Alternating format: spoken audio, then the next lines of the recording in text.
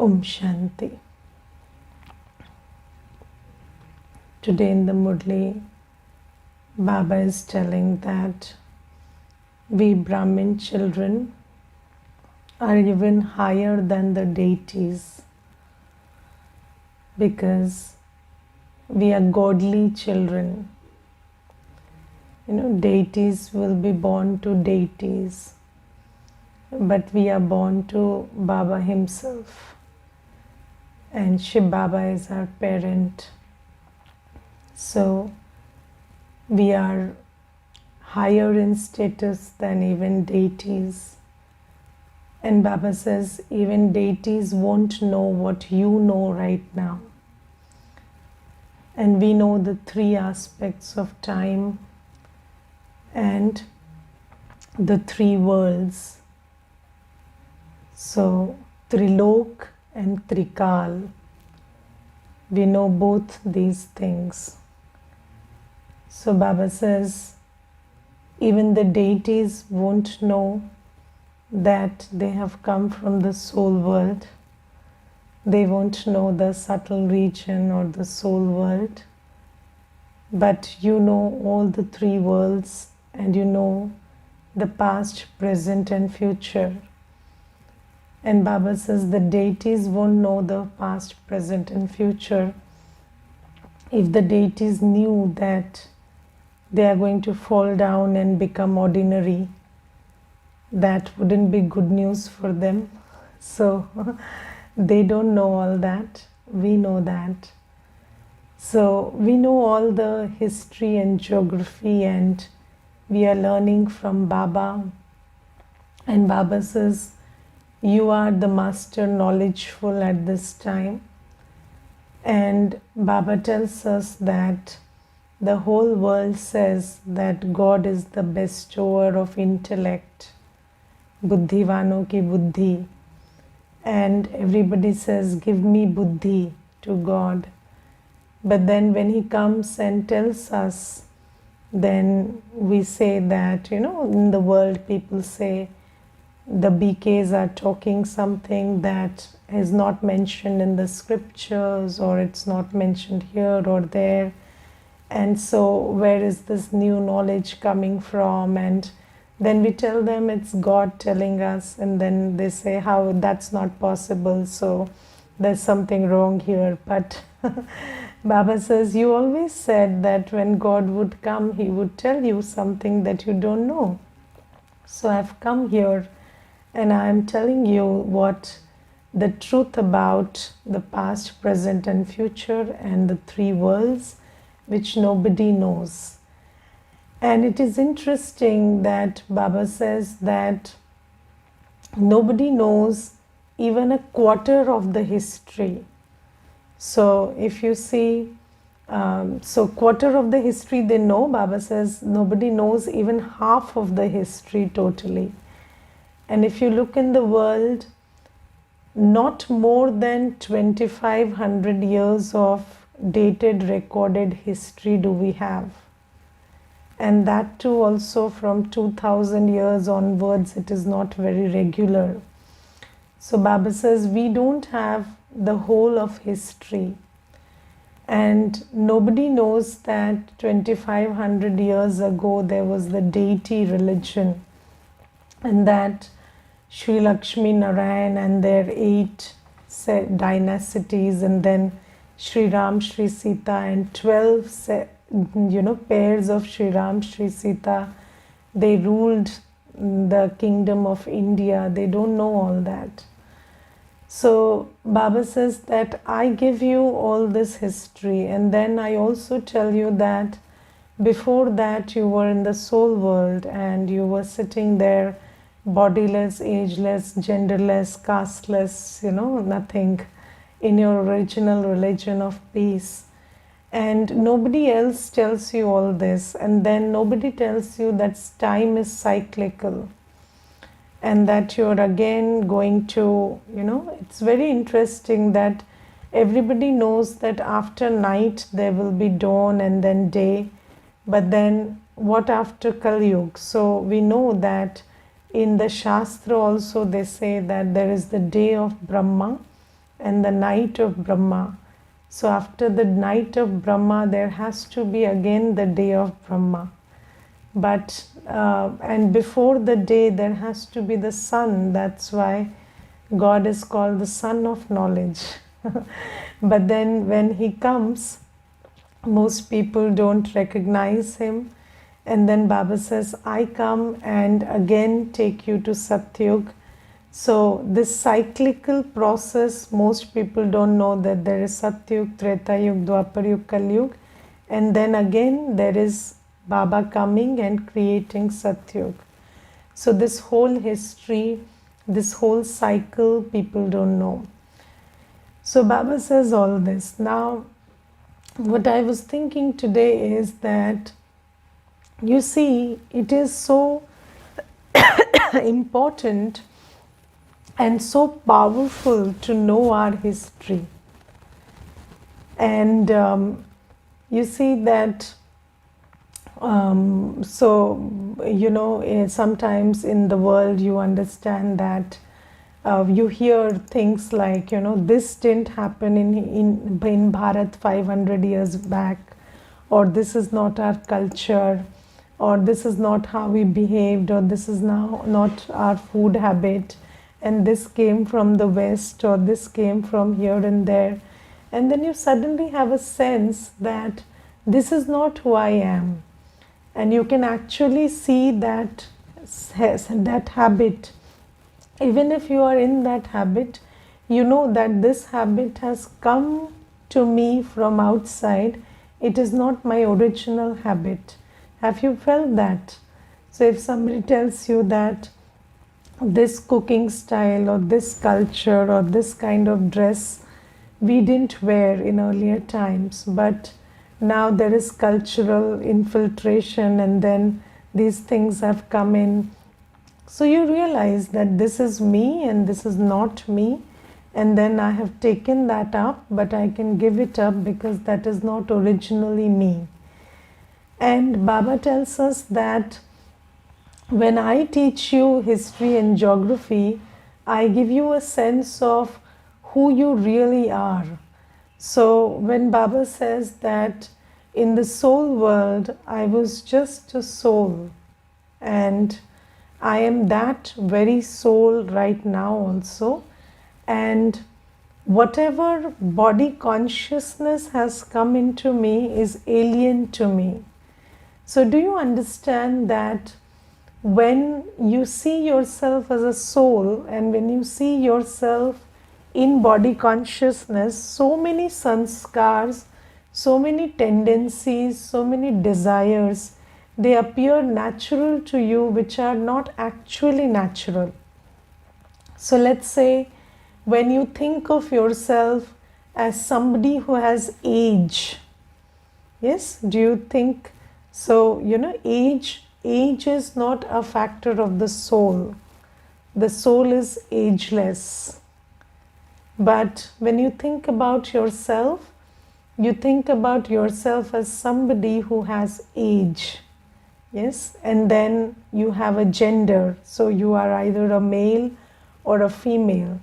And do you understand that all your desires and your thought processes are very linked to your identity as a man or woman and the age you think you are in? Yes. So when you are young, you think that, when according to the age of the body, you think that I am a 16-year-old, so I need accomplishment, and then as an 18-year-old, I need a partner and I need a friend, and then later on you feel that you need a job. So sometimes, when you are 21, a job is okay if you have it, not have it. But when it is 25 or 26, then a job is a very big need, and then you feel like if you don't have a job, then you are a nobody. And then when you're not married at 26, 27, it's okay. But when it crosses 30, 31, 32, then you are a nobody if you're not married. So, all these, you see, all these desires, the desire to have a job, or the urgency to have a job, or the urgency to have a relationship, or the urgency to get married, or the urgency to have a child, they are all linked to our age consciousness, right? And the urgency to be protected, to have somebody who would protect you, or the urgency to be financially stable and have somebody you can protect, that is linked to the gender. So when I think I'm a female and I have reached a certain age, then I feel the urgency to have someone in my life who would protect me. And then if I'm a male, then I feel that there is an urgency that somebody comes into my life who I can protect or I can fend for. So all these things are very related to age and age, gender, and other consciousness. And I will tell you that this is so deeply ingrained in us that even when some soul is in a female body and you're very well equipped, you're financially capable, you are educated, you can take care of yourself, you can provide for yourself, still you feel that you are alone if you don't find a company. And even when somebody is in an abusive relationship, I have seen that there are women who are in abusive relationships, and I have seen cases where not only the woman but the woman's daughter is also the subject of abuse by the father. And in such a situation also, and I have talked to them personally, and they choose to continue with the man but not leave the man, because that woman feels that even when the man is not doing anything, contributing anything, and even when he is beating both of them up or physically abusing both of them, still he is an asset, because it's some kind of programming in the mind that a man is necessary. Or even if a man is fully capable of raising children and taking care of them, still he would prefer to get married again if the woman dies, because he thinks that he would be lonely without a woman and he cannot take care of everything without the woman. So there are so many things, so many ideas that are there within us relating to marriage and livelihood and jobs and desires. Even when people say that physical desires are natural, they are very related to age. So at a certain age you start thinking that this is natural and normal and necessary. So all of that is linked to body consciousness. So, you suddenly, so until yesterday you didn't mind people not respecting you or say bowing down in front of you, but when you assume a certain position, then you are suddenly the boss, you cleared IAS or something, and then you are the boss, and then suddenly you mind if people are not bowing down to you. So that comes with the position, all that ego of and feeling insulted, they all come with the position and the money. So the more money you earn, the more you start feeling offended by people's behavior. So all of that is linked to this world and this body, this age, this gender, this caste, this religion, everything. So Baba says, knowing who you really are helps you distinguish between who you really are and who you are not, but you have become by being trained into it. Yes, and then when you start, so what is meditation? So today is International Yoga Day, and it's a good day to discuss meditation. And so when we meditate, so what is meditation? Meditation is connecting with, through your man and buddhi. So first thing is, yoga has got nothing to do with the body. Yoga is about the man and buddhi, and the soul is always in yoga with someone or something. So yoga is not something that we do only when we are sitting consciously, but you're always in yoga with someone or something. That's why we talk about collective consciousness. We talk about, our consciousness affecting the other beings and everything else in the world, because we are all interconnected. So the man and buddhi is always connected to something or the other. If I ask you, where is your yoga right now? So who do you have yoga with? Yes. So if you are having yoga with me right now, then you are listening to the class. And if you don't have yoga with me, then even if I am talking a lot of things, but then nothing enters your inner system because your yoga is not with me. So you have to have yoga. You always have yoga with someone or something. Now, if your yoga is with what is being cooked in the kitchen for breakfast right now, or what you have to cook after the class, or where you have to go for work after the class, then you can even feel stressed while listening to the class, because that stress becomes part of you. That thought about the work you have to do or the cooking you have to do can become stress, can make you feel stressed at this point of time also. So Baba says, when we talk about yoga, which is to be practiced, so this is something that in Kali Yuga we are always connected with, low consciousness and low energy, low vibration people, places and things. And that's why getting depleted is so natural.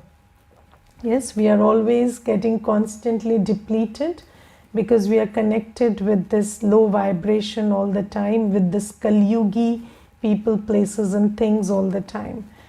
Now, what is the yoga we should aim at, or what is the yoga we should practice consciously? So Baba tells, remember Baba, remember your home, remember your new world, and remember your whole journey in which you were in your perfect stages. And when you have now Baba says that spin the Swadershan Chakra. So Swadershan Chakra means you were a point of light in the soul world, then a deity in Satyug, then people worshipped you for 2500 years, your images in temples. Now you are the one chosen by Baba, you are a good Brahmin, and then you are going to be an angel.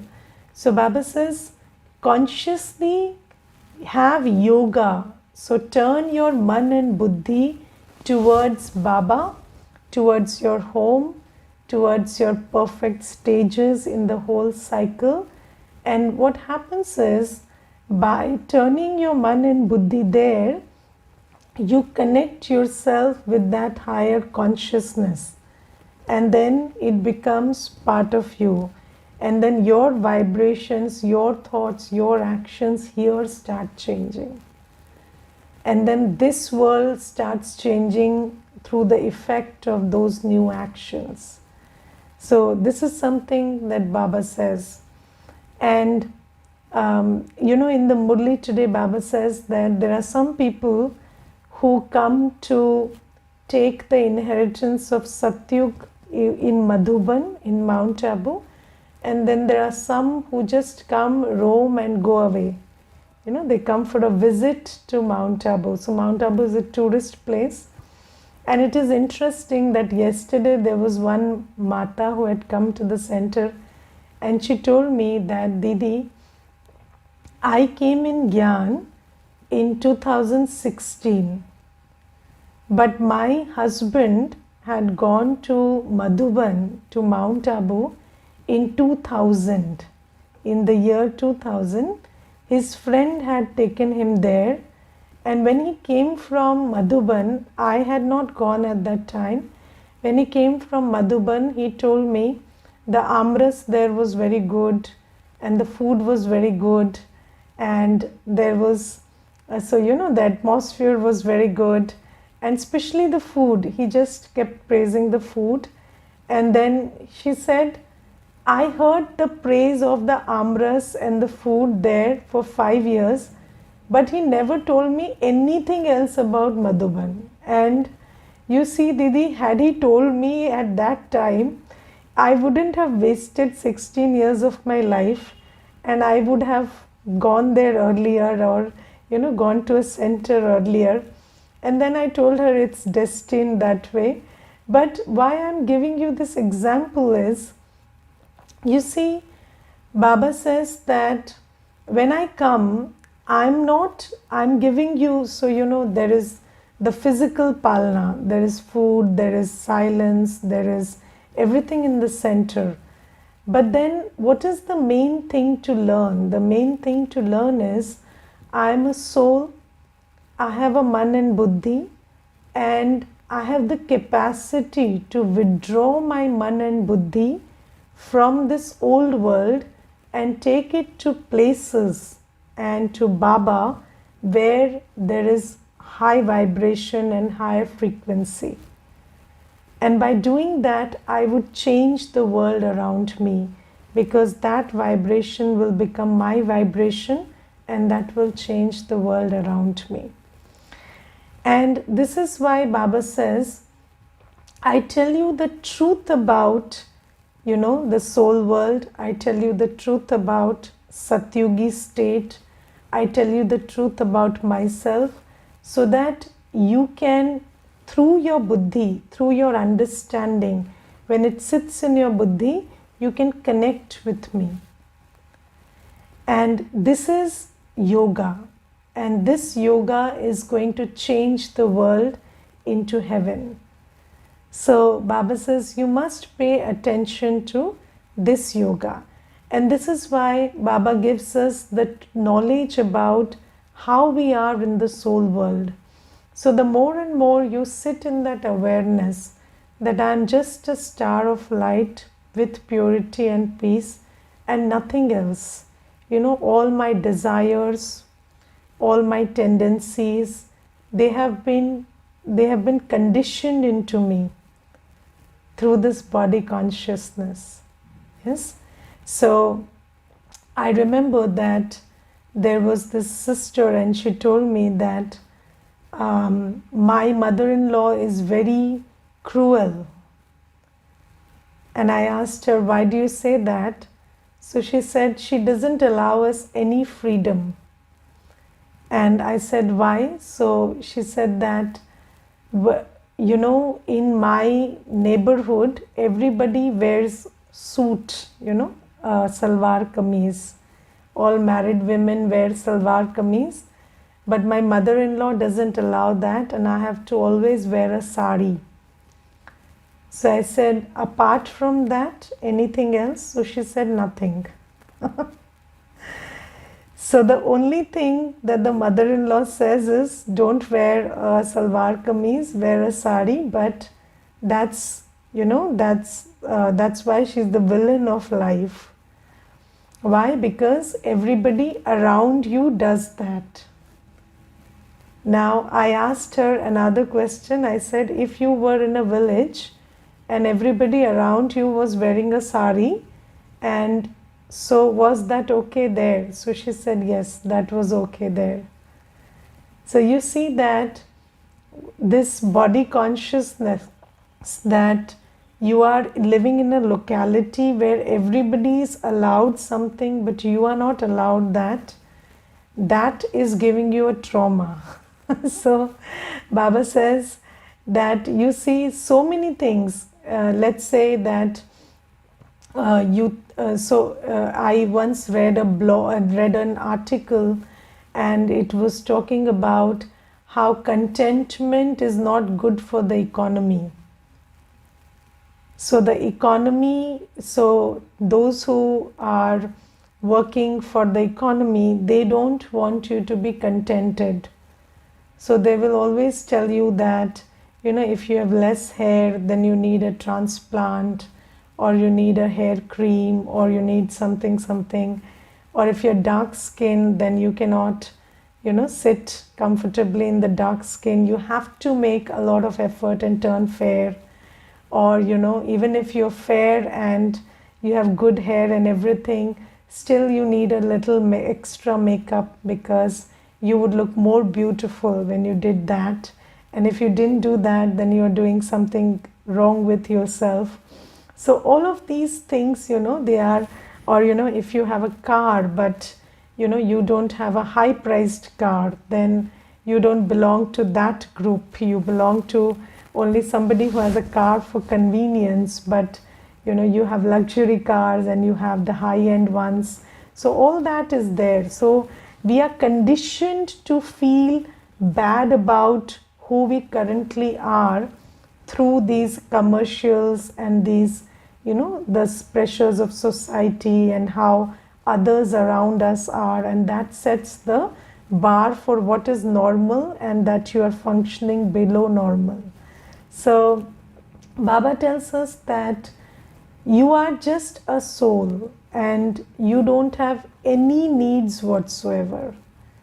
So even the need for appreciation or recognition, or the need for being respected, the need to be being respected, or being, what do you say, somebody should say namaste to you or bow down to you. All those needs are conditioned into us. We are conditioned into feeling needy about that. So Baba says, the more you remind yourself of who you really are, then you will start to distinguish between what is original and what is acquired. And then even when that which is acquired, which is now a part of you, comes up, you will be able to see it dispassionately and deal with it. So let's say there is resentment and frustration coming from unfulfilled desires. So you are able to look at that dispassionately, that this is something that I have been conditioned into, and I have to deal with it seated in my original power. So I always say that you will not say I am peaceless. You will say I am a peaceful soul, but I have a sanskar of peacelessness which I will deal with. Or I am a contented soul and this desire is coming from my sanskar and I will deal with it. So Baba says this is how, if you know who you really are, it helps you go back to your original state. And then Baba says, when you think about Satyug, so Satyug is a state where you are in a body. So in the soul world, you don't have a body. But in Satyug, you have a body, but you don't have age consciousness, you don't have gender consciousness, you don't have vices. So you don't feel the pull of lust, anger, ego, attachment, greed in Satyug. So every thought, every word, every behavior of yours is full of love and purity and spiritual power. So Baba says the more you think about how you were in Satyug and how virtues are very normal for you and they come very naturally to you, then you will be able to go back to your Satyugi state. Yes. So if one day you just in the morning Amrit Vela, you decide that today I'm going to behave like a deity all day. Yes. So, will a deity, let's say somebody is doing something which is, so somebody is cleaning the floor, right? And then they are not cleaning it properly. So they are leaving the dirt on the side and something. So how would a deity respond? Would they shout at them, or would they just look at them and get irritated inside that this person is not doing the job well? So we all know how a deity would think, right? So we know that I, as a deity, would look at that soul, and then with love, I would tell that soul that you can clean it like this. And then that correction would happen. So Baba says that when you think about your deity state, then it helps you to design a strategy, come up with a strategy where you can do everything, be in relationships, do work, everything, but your devilish sanskars don't show up. So this is why Baba says this is the only time when you ascend, when you can, go up in your stage. From Satyug to Kaliyug, you only descend, because this is the only time when you have access to the knowledge of higher states.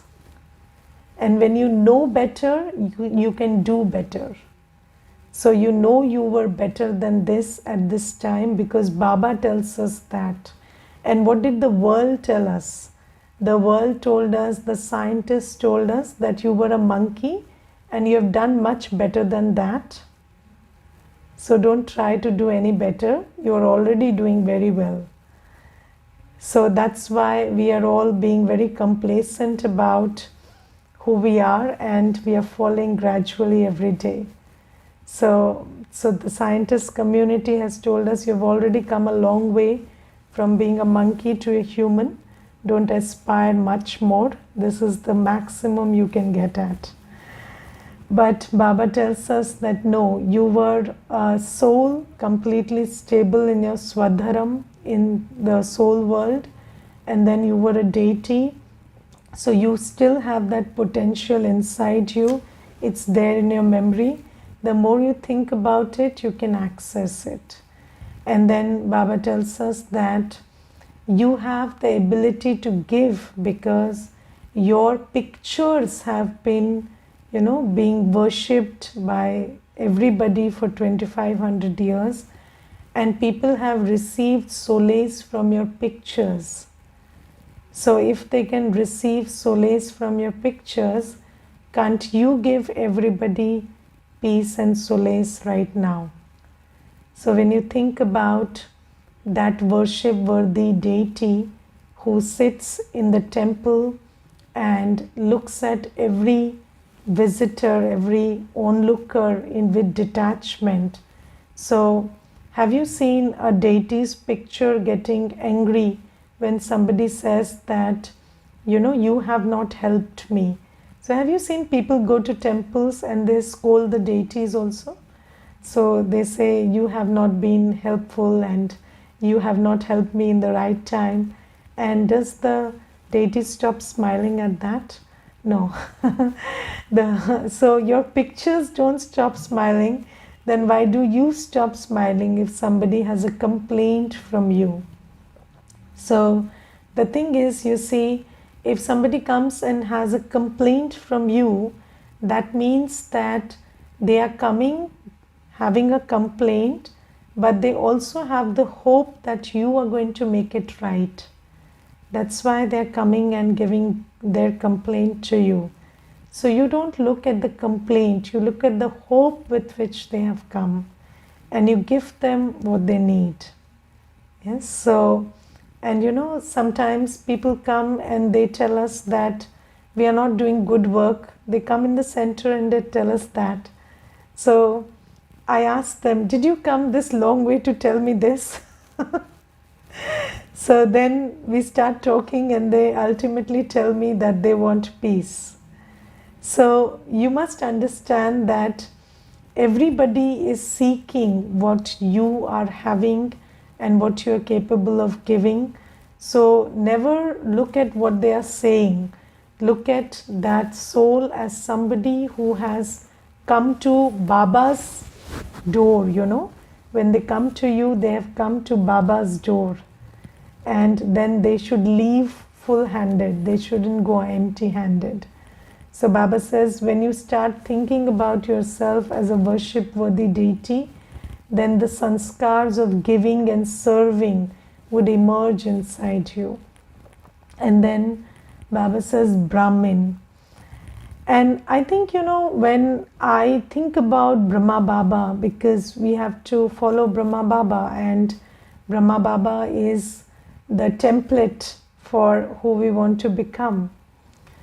And when I think about Brahma Baba, I feel that Brahma Baba was someone who gave up all his energy, time, wealth, thought, everything to build, to build a culture of purity.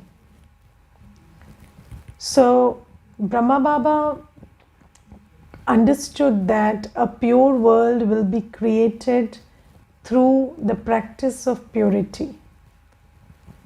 Yes, and he gave up everything to support those who embraced purity.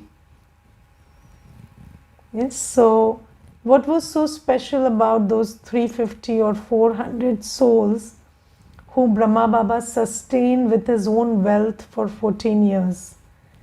So those souls agreed to be yogi and pure. So, and purity, so yoga, you cannot figure out who does how much yoga, but purity is the main thing. So Baba understood that purity is important, and the souls who agree to practice purity and, you know, make an effort to be pure, they have to be supported, because it is purity that will change the world. So when I'm a good Brahmin, I do everything to create and sustain this culture of purity in Sangam Yuga. Yes, I understand the importance of purity, and you know that before, so there are many people who have realized that purity can work wonders. Gandhiji also said that if everybody became celibate, then India would become free from the British rule. Do you know this? So Gandhiji had also figured this out, that purity has great power. But he didn't have the power to profess this, you know, or propose this, because he knew that people wouldn't be nice and favoring if he said that. So only God has the power to pass this ordinance of purity. And that's why Shiv Baba comes, and Brahma Baba had the you know, strength, the guts to be Shiv Baba's instrument, who stood as the front runner and fought for, you know, not fought literally, but, you know, through his yoga power with Shiv Baba, he established this culture of purity. And practicing purity became a choice, became a norm. So Baba says that as a Brahmin, you understand the importance of purity, the importance of a pure life, the importance of a yogi life. And this is Brahmin consciousness. So in the world, people think that being viceless or being pure is impossible. But when you start thinking about yourself as the mouth-born creation of Shiv Baba, who Shiv Baba created through Brahma Baba, then you know that you have the power to be pure and yogi, and create a pure world. So I'm not an ordinary soul, I'm a Brahman. I'm Shiv Baba's creation through Brahma Baba. So I can embrace purity and create a pure world. That's the spirit, that's the sense and strength that you get by practicing the consciousness that I am a Brahmin. So, and then there is the angel. So Baba says that, I am telling you your whole cycle. I'm telling you, and Baba tells us that every cycle you've been a Brahmin. Every cycle you've been a deity, a worship worthy soul. You are a soul. So when you just connect with these stages and then you look at yourself as Baba's child, the master ocean in everything, then this yoga will not only change you, not only make you realize who you are, but this yoga will also reinstate the glory of Bharat.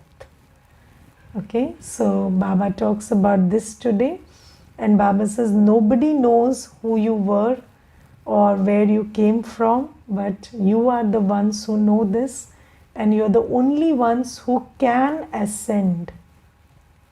Everybody else only descends because they don't know better than themselves.